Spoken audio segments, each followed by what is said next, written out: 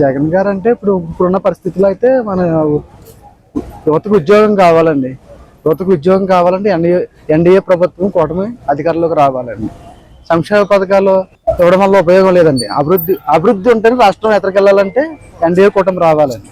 జగన్ అనే వ్యక్తి బద్దకొస్తం చేస్తున్నారు జనాన్ని.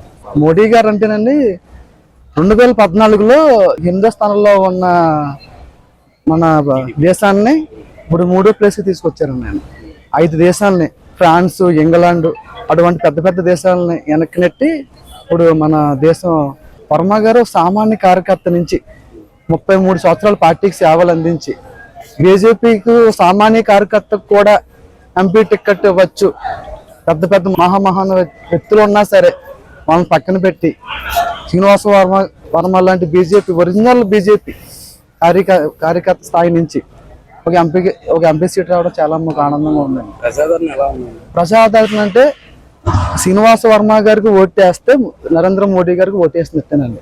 జన ఆదరణ అలా ఉందండి.